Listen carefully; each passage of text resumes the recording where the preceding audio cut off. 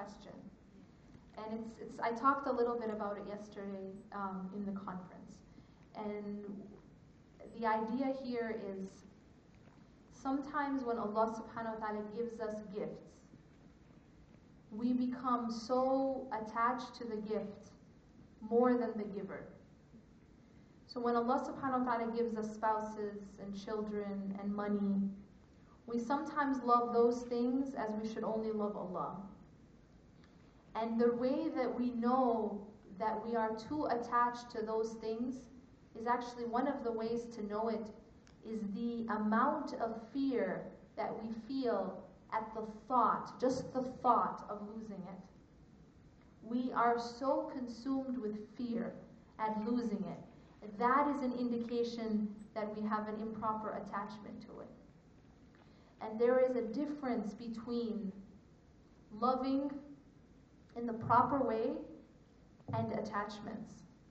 When I say attachments, I'm talking about this absolute dependency or taking something and putting it in a place that only Allah should be, where I cannot live without it. We have to be very careful that the only thing that I cannot live without is Allah. Other than that, we love to have His gifts. We love our children. We love our spouses. We love our money and our fancy car and our big home. We love these things. We love gifts. But these things have to be in the hand and not in the heart. That means if those things are taken away, we will be sad, yes, but this does not completely destroy us. It's only when an object of attachment is taken away that we are destroyed.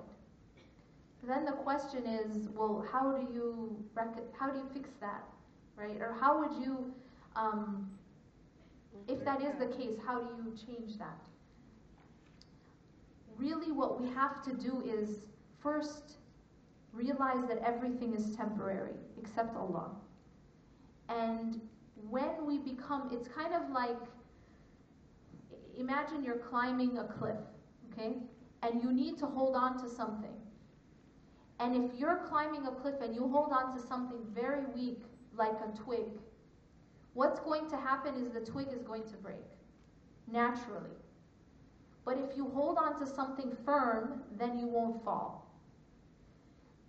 Our problem is that we hold on to things other than Allah to support us, to hold us up. And those things break. Because they're not meant to hold us up. That's not what they were created to do. Only Allah can hold us. So it's only the handhold of Allah that's going to keep us firm. Everything else, if you try to hold on to it with all your weight, it will break. And this is the reason you fall and you break and you become disappointed again and again.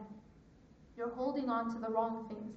So what we need to do is hold on to Allah, fill our hearts with Allah, and then everything else that we love becomes for His sake.